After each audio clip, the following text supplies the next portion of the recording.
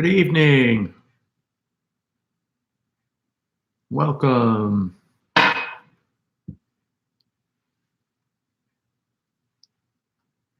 Hope you are all doing well.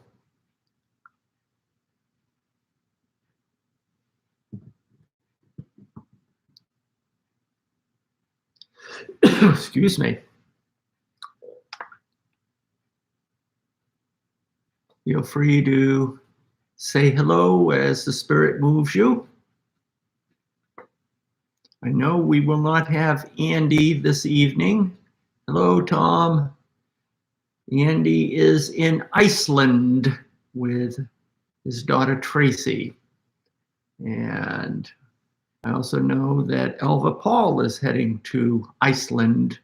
She and Andy and Tracy might actually pass each other in the airport because I believe she's arriving on the day that Andy and Tracy are leaving Iceland. And it's been a number of years since I've been there, but wonderful country in its own way, very different, very stark, but very beautiful nonetheless. So why don't we begin with a word of prayer.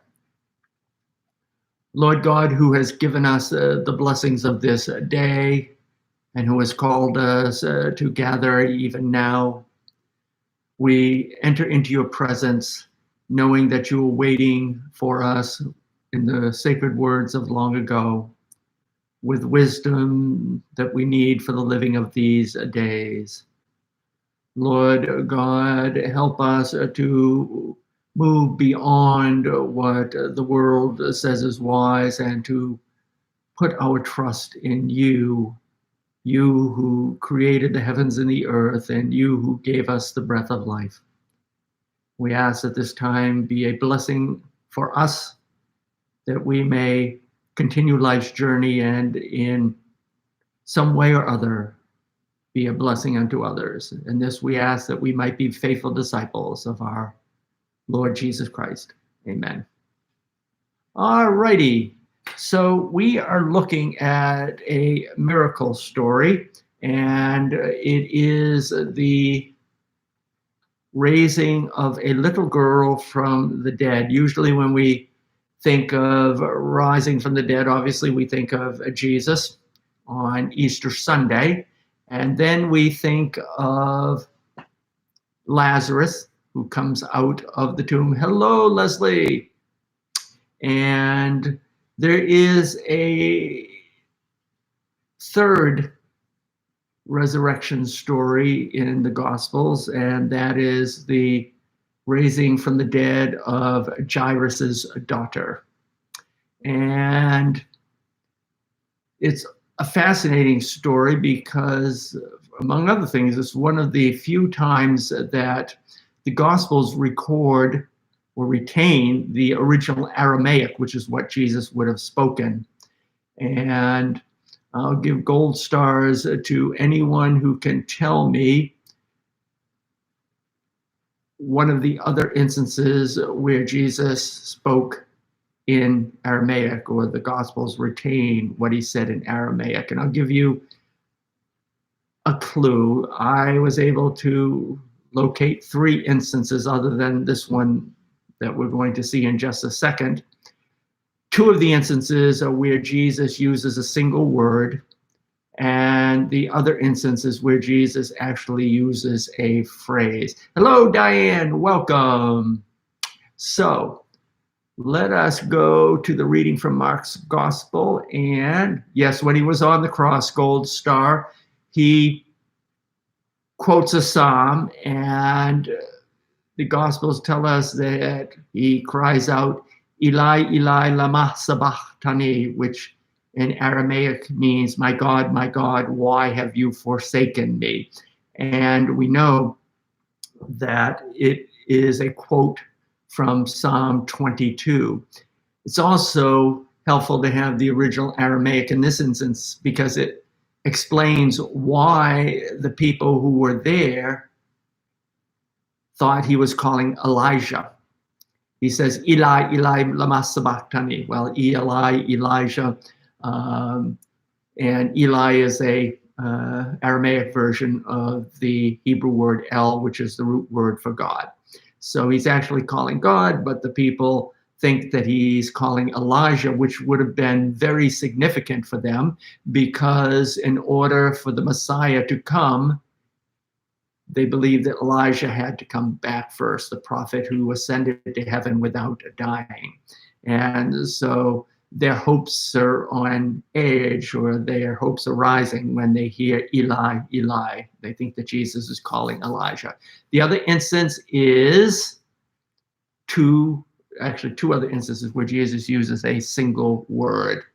And so the passage that you're going to hear will include the story in between the one that we're going to focus on this evening. And in this instance, Mark has taken one story, the raising of Jairus' daughter, and he uses them as a bookend on each end of this other story. So we pick up at this point.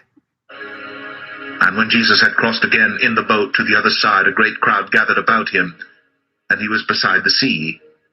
Then came one of the rulers of the synagogue, Jairus by name, and seeing him, he fell at his feet, and implored him earnestly, saying, My little daughter is at the point of death. Come, and lay your hands on her, so that she may be made well and live. And he went with him, and a great crowd followed him and thronged about him.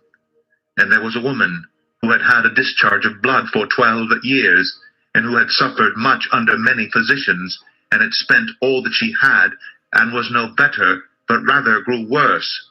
She had heard the reports about Jesus, and came up behind him in the crowd, and touched his garment, for she said, If I touch even his garments, I will be made well. And immediately the flow of blood dried up, and she felt in her body that she was healed of her disease. And Jesus, perceiving in himself that power had gone out from him, immediately turned about in the crowd and said, Who touched my garments? And his disciples said to him, You see the crowd pressing around you, and yet you say, Who touched me? And he looked around to see who had done it. But the woman, knowing what had happened to her, came in fear and trembling, and fell down before him and told him the whole truth. And he said to her, Daughter, your faith has made you well. Go in peace, and be healed of your disease. While he was still speaking, there came from the ruler's house some who said, Your daughter is dead. Why trouble the teacher any further? But overhearing what they said, Jesus said to the ruler of the synagogue, Do not fear, only believe. And he allowed no one to follow him except Peter and James and John, the brother of James. They came to the house of the ruler of the synagogue, and Jesus saw commotion, people weeping and wailing loudly. And when he had entered, he said to them, Why are you making a commotion and weeping? The child is not dead, but sleeping. And they laughed at him. But he put them all outside, and took the child's father and mother and those who were with him, and went in where the child was. Taking her by the hand, he said to her, Talitha cumi, which means, Little girl, I say to you, arise. And immediately the girl got up and began walking, for she was 12 years of age. And they were immediately overcome with amazement. And he strictly charged them that no one should know this, and told them to give her something to eat. Mark. All righty. And by the way, that last verse, we have a great example of the messianic secret. Jesus performs this miracle, and he strictly charges them to tell no one. And that is the messianic secret. As I've said, it exists because Jesus knew that if people started clamoring him for to be the Messiah, they were still thinking in terms of a political leader, and the Romans would not have put up with that. His ministry then would have been over before it even began. So thoughts, questions, insights, as you're maybe collecting your thoughts, I will add a little bit more. So the Aramaic here is Talitha Kumai. And I did a little bit of reading, and I found out that Talitha, I always thought it was Talitha Kumai, that it is an Aramaic word which basically means little lamb. So it's a very endearing term for Jesus with this little girl. He calls her a little lamb. And also, interestingly enough, in the story in between, where the woman has a flow of blood, Jesus uses a term that is endearing to her as well. He calls her daughter. And this woman, who for 12 years had been ritually unclean, for Jesus to call her daughter was healing on an emotional and spiritual level for her, I'm sure. So the other two instances where the original Aramaic is retained in the gospel, it's two situations where it's just a word. And the first one is when Jesus calls the disciples James and John, brothers, sons of Zebedee. And he calls them Boanerges, Boanerges, Boanerges, which is Aramaic meaning sons of thunder. It's believed that it was a reference to James and John being possible zealots who were wishing for a revolution against Rome. And then the other one is the much more familiar, where Jesus is praying in the Garden of Gethsemane. And he says, Abba, Father. And Abba is Aramaic for father, or actually much more endearing, daddy.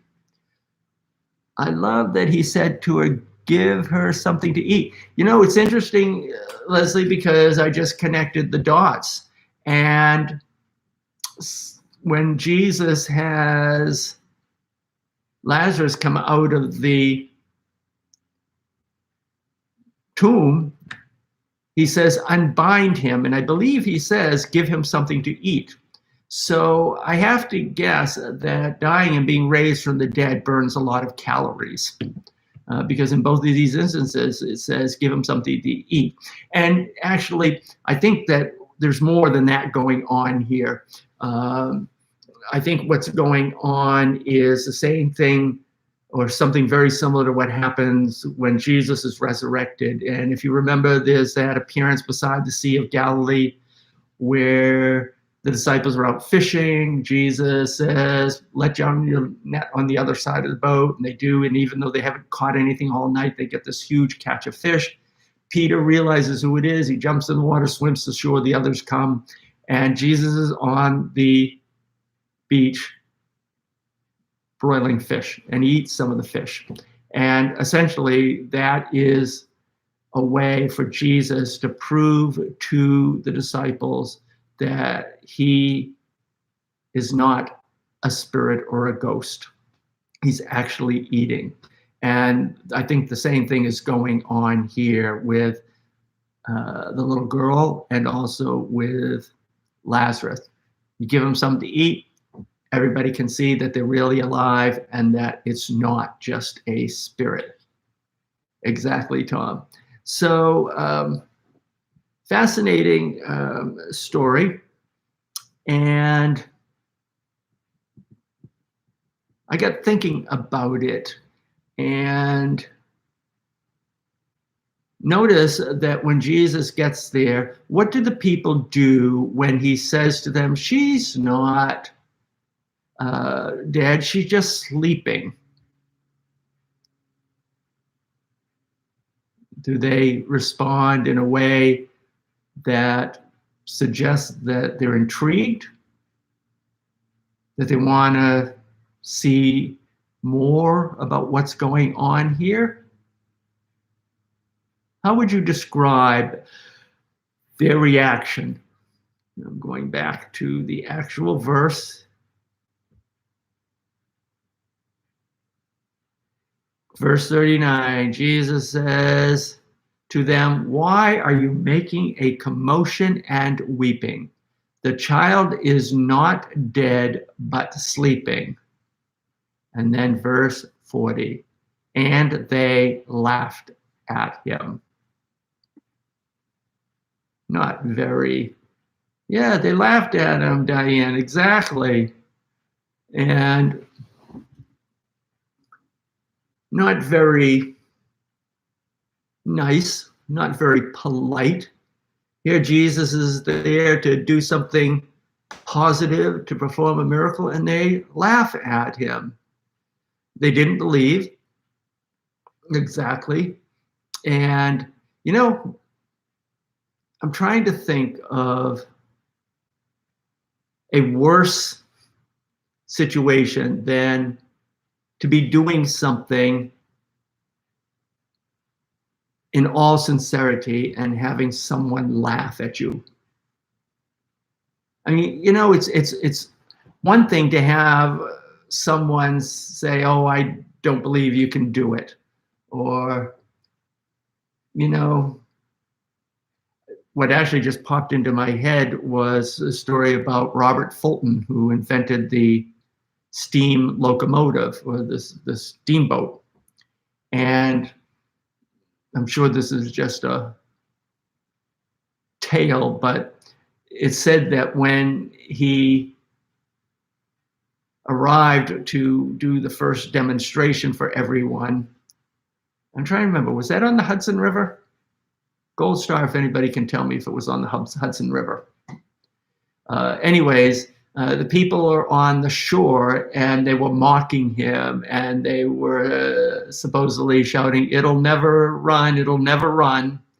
And he started the steamboat up, and it started chugging up the river slowly but surely. And thank you, Tom. And as it was going, the people running along the shore, and they're shouting, "It'll never stop, it'll never stop." And you know, there are people like that. And so, you know, it's one thing to have people be skeptical about something you say or something you say you're going to do. But isn't it a lot worse to have people actually laugh at you? I mean, I'm sitting here thinking what it would be like to be giving a sermon and say something in all seriousness and have people laugh at what you're saying. I mean, that is the ultimate put it down. That's worse. That's worse than saying, "No, I don't think so." You know, it would have been one thing saying, you know, "Jesus, you know, we've been around the block a few times. She's not sleeping. She's dead." And in a sense, they were right. She was dead. So the fact that they laugh at Jesus, and that got me thinking about, do you have anyone in your life who is just very good at dragging you down, who, for one reason or another, either can't stand to see you be successful, can't stand to see you be right, can't stand to see you be happy? And in one way or the other, they sabotage your success or your sense of well-being. The Claremont, that's right, that's what it was, the Claremont. And so, you know, there are people out there, and for whatever reason, they drag you down. Excuse me, I got an itch on my toe. Yeah, we all have people like that. And so I guess the question is, what do you do with people like that?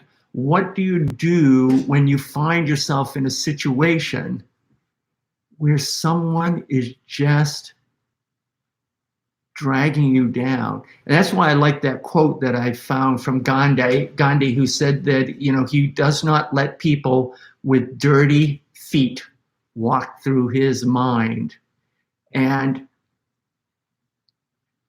you know, that's always the danger, is that We let these people, like the ones that in that room with Jesus, we let them in our head, and they begin to drag you down. And so how do you deal with that? What can we do as a person of faith, as people of faith, when it comes to those people with dirty feet who want to walk through our minds? And I think one of the first things maybe we need to do is ask ourselves, how is it that we let them get inside of our minds so they can walk around with those dirty feet? And let me ask you this question. Does it sound to you or look to you like Jesus let these people get into his mind to walk around with their dirty feet? My sense is no, he didn't. And the only thing I can think of is that Jesus knew who he was and was at peace with himself. And so when they started laughing at him, he didn't take the bait, so to speak. Think about it. Somebody laughs at you for one reason or other. What are some of the typical responses? Okay, somebody's laughing at you.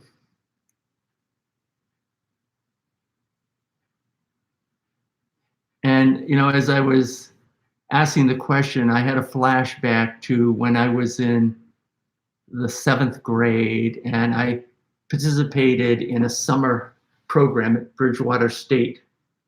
Back then it was college. We used to have a core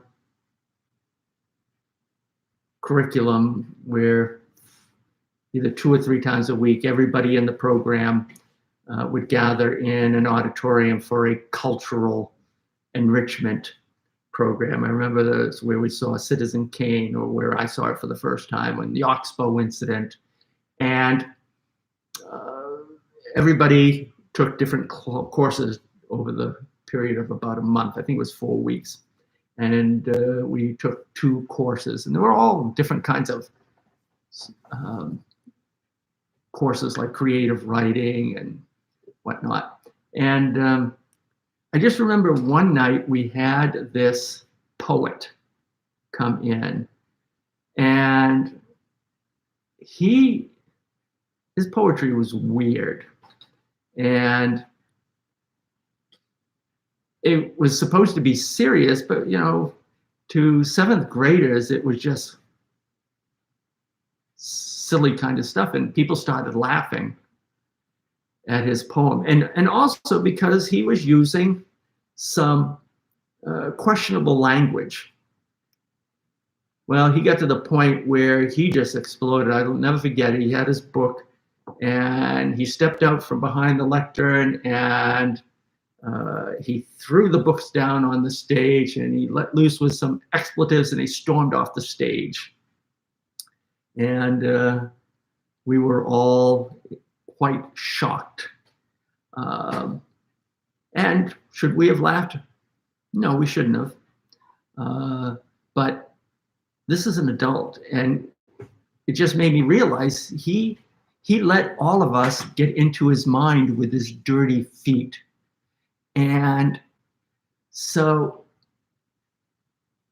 the question is, how is it that we keep people with dirty feet from walking through our mind? And, I look at Jesus, and I think the key is to have a sense of your own value as a person, as your sense of worth. Let me give you a situation that isn't quite so hypothetical. And suppose you do something and absent-minded. The only thing that I can think of is,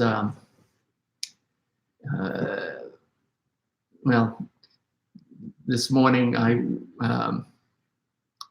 went to the office, and when I got there, I discovered that I'd left my reading glasses here at the parsonage. And the old days are gone where if I forgot something at the parsonage, I just walked across the parking lot and got it. Now I had to get in my vehicle and drive all the way back here and get the reading glasses and head back to the office.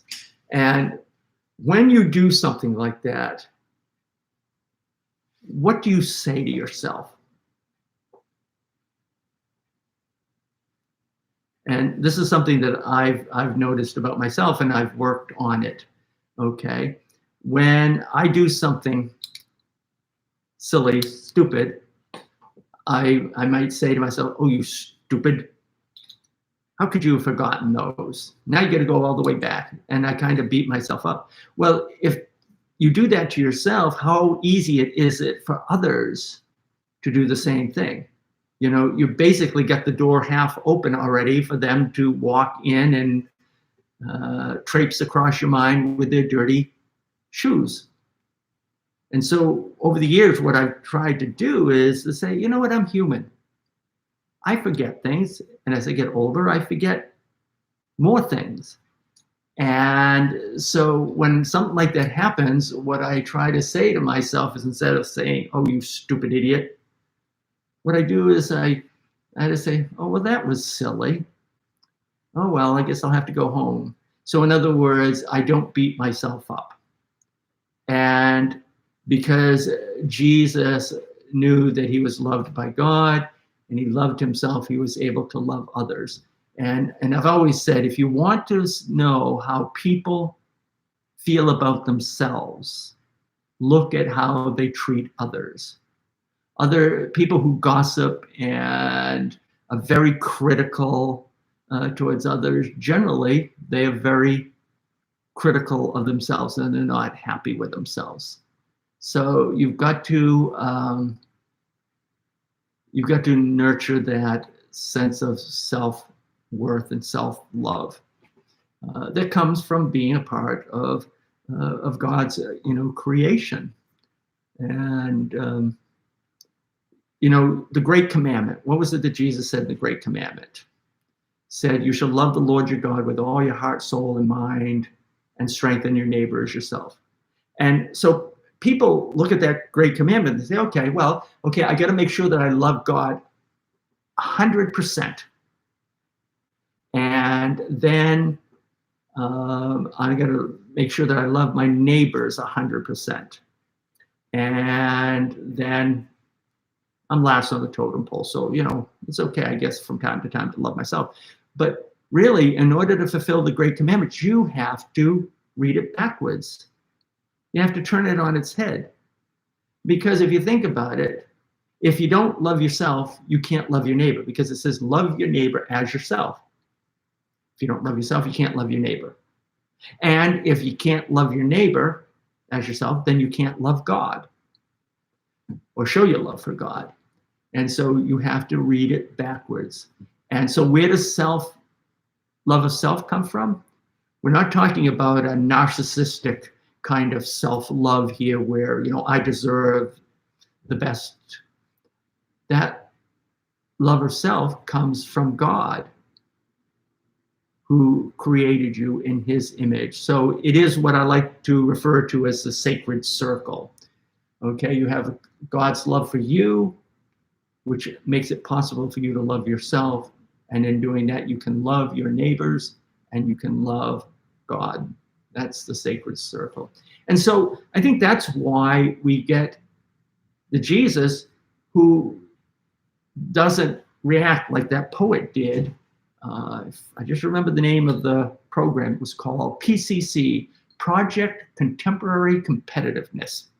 And, Jesus doesn't respond like that poet did. He doesn't start throwing things and calling them names and everything. Because Jesus had a self of love of himself. Yeah, but not take the bait. And then the question is, how do you not take the bait, Tom? And I would say that the answer to that question is that the more you have a healthy God-related love of self, the less you are likely to take the bait. And, I think of Abraham Lincoln. And he was once asked his opinion of Edward Stanton, senator who absolutely despised Lincoln. And Lincoln said he is a very fine man and listed all of Stanton's attributes. The person who asked the question then said, "Mr. President, don't you know all the terrible things that he's been saying about you?" And Lincoln replied, "Yes, I'm aware, but you asked me my opinion of him, not his opinion of me." And I compare that with some of the behavior that we witnessed in our previous president, who, whenever he was criticized, definitely took the bait and got down in the mud. Jesus didn't do that. He didn't need to do that because his self-worth didn't depend on these people with muddy feet. Yeah, believe in oneself, but again, it has to be a healthy kind of believing in oneself. It has to be the kind of believing oneself that comes from the God who created you and gave you the abilities that you have. And so that's the first half of what we see here, is Jesus didn't let these people walk through his brain, his mind, with their muddy feet. And that's, I think, one of the reasons why we need to always keep working on our faith, because when we work on our faith, when you forget your glasses, you're more likely to say, "Oh, that was forgetful of me," or "that was silly of me," instead of saying, "You idiot."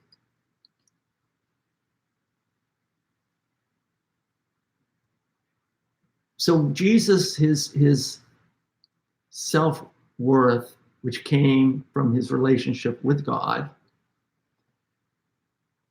also made it possible for him to do what he needed to do. And that is put some distance between himself and the people with the dirty shoes. Look, what did he do? Right there. And they laughed at him. Jesus doesn't take the bait. However, it says he put them all outside and took the child's father and mother and those who were with him and went in where the child was. So sometimes you do have to do that. You have to put some distance between you and a person with the dirty feet. The key is, though, that you don't do it with vindictiveness. You do it with a sense of sadness, with a sense of sorrow.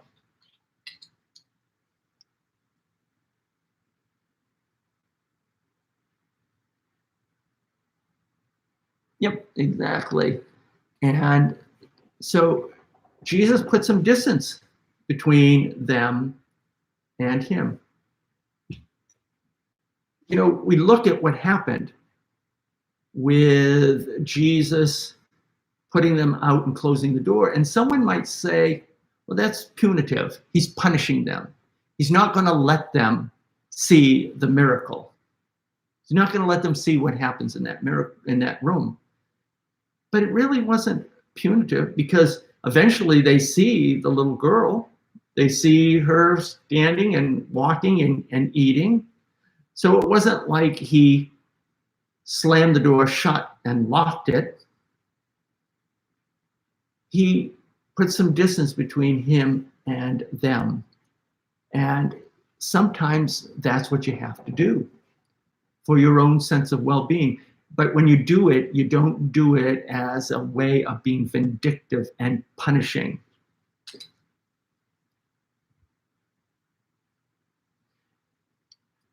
It's dangerous to hang out with negative people, because eventually that negativity can drag you down.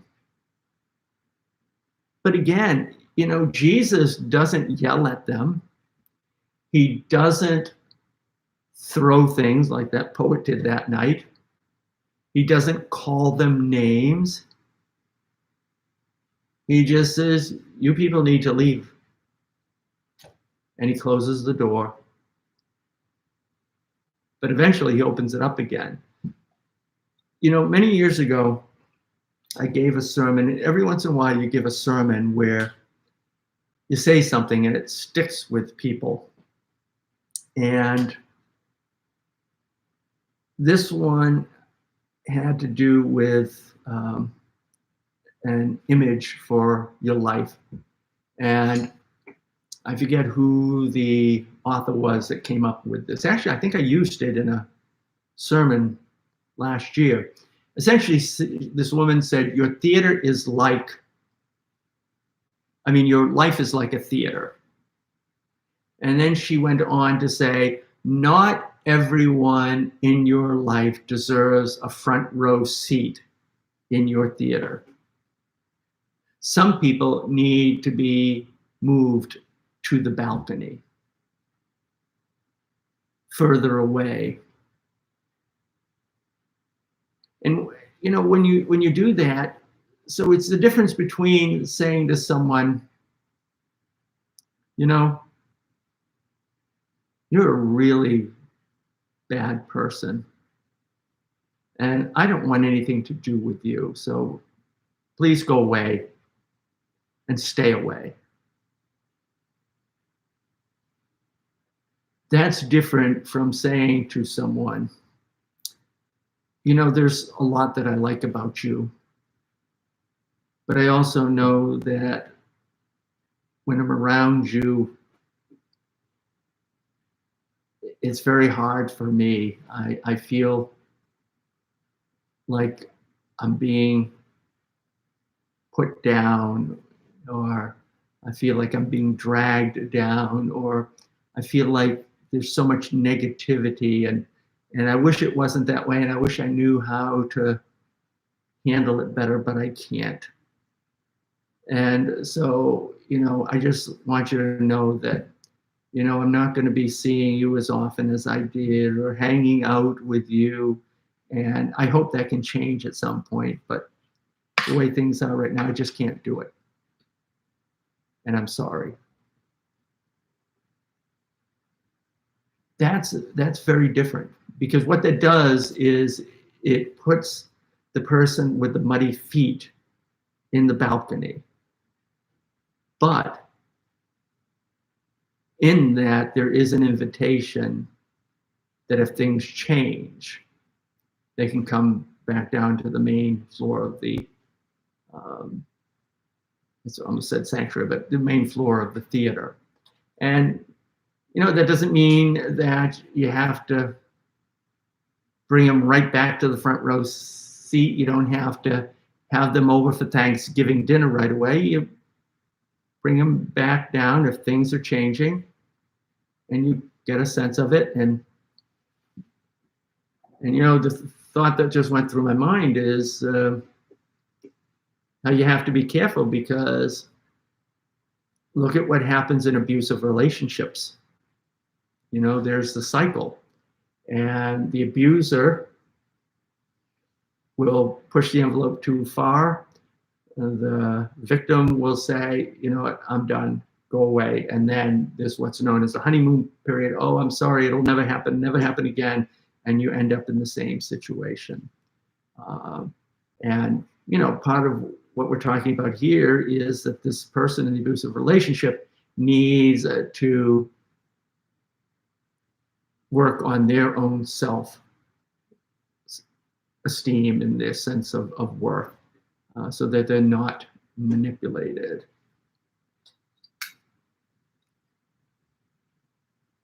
Yeah. It's interesting. I was thinking, do you know that there is one instance in the Gospels where it is recorded that Jesus could not perform a miracle? Gold star to anyone who can tell me the one instance where Jesus was unable to perform a miracle. He wanted to, but he couldn't, which seems rather strange. Gold star to anyone who can tell me where that was. You don't have to name any specific individual, but the gospel is very clear that there's one instance where Jesus was unable to perform a miracle. And when you think about it, it kind of makes sense. And as you're contemplating that, I've always said, beware of anyone who can only make themselves look good by making everyone else look bad. And that's what people with dirty feet do. They try to make you look bad because in a way it makes them feel better about themselves. It's a very unhealthy way of filling the emptiness inside. And this is why, for example, I have never watched an episode of Survivor. I don't even know if it's still on television. But I never watched an episode of Survivor because I always thought, I don't want to watch something where success is defined by your ability to tear everyone down around you. Why not have a reality show where everybody works to build each other up and to succeed in that way? So we're almost out of time. What was the one instance where Jesus was unable to perform a miracle? And it's because there were a lot of people with muddy feet. Going once, twice. The answer is the one time Jesus was unable to perform a miracle was in his hometown of Nazareth, because people didn't believe in him. Part of it was they couldn't envision Jesus as being anything more than the little kid who was running around the neighborhood, with a droopy diaper, or, who was just a little kid. In fact, I believe in this passage it says, is not this Joseph the carpenter's son? So put down. Maybe they were jealous. Maybe they were jealous because here's Jesus and he was a nobody like all of them, and now he was a somebody. And they just couldn't accept it. They didn't want to accept it. And I'll leave you with one final analogy. So, you know that when fishermen fish for crabs and they get the crabs, they pull them out of the traps or however you catch crabs, and they put them in a bucket, in a pail, big old pail. They don't have to put a cover on the pail, even though the crabs can easily crawl out of the pail. And the reason why is because when the crabs try to crawl out of the pail, all the other crabs pull it back down. And that is not the life of faith that we are being called to. We are being called to build one another up, to cheer for one another, to applaud one another. And the more we do that, the more we are filled with the affirmation that comes from above, the less people with dirty feet will be able to walk through our mind, because frankly, the door just won't be open. Don't be a crab. Yeah, I guess that's another way of putting it. So, reminder everyone that we will not meet next Tuesday, since I am going to be on vacation. I'll still be around, but we won't meet. Also, we have been asked, and you have some homework. And on July 4th, we have our sisters and brothers from Aldersgate who will be worshiping with us. And they're going to do an Ask the Pastor. So their parishioners are being asked to submit questions that will be read to me by actually Bonnie Spicer. But Pastor Rachel, before she was leaving, was a little concerned that they might not get enough questions. So she asked if some of our Bible scholars could submit a question. And so next Tuesday, there'll be an email going out. Actually, it just occurred to me, I can put it in the Hilltop News too. There'll be in the email that goes out reminding everybody that we will not be meeting. There is a link to the person who is collecting the questions for the Ask the Pastor. So please be thinking about a question that can be asked that will make me look really good. No, actually, I don't mind a challenging question. I look at it this way.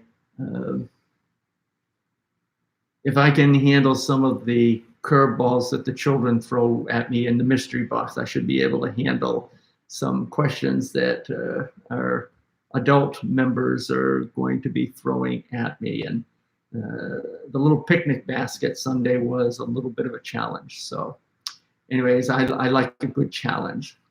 I thank you all, and I hope that the live stream has been okay this evening. A couple of times I've gotten a pop-up that says your connection is unstable. Please wait while we try reconnecting. But I haven't seen anybody type anything that says, where'd he go? So I'm hoping that it means the stream went okay. So again, thank you for taking time out of your day to spend with me and with each other. And I ask God's blessings upon all of you. Night.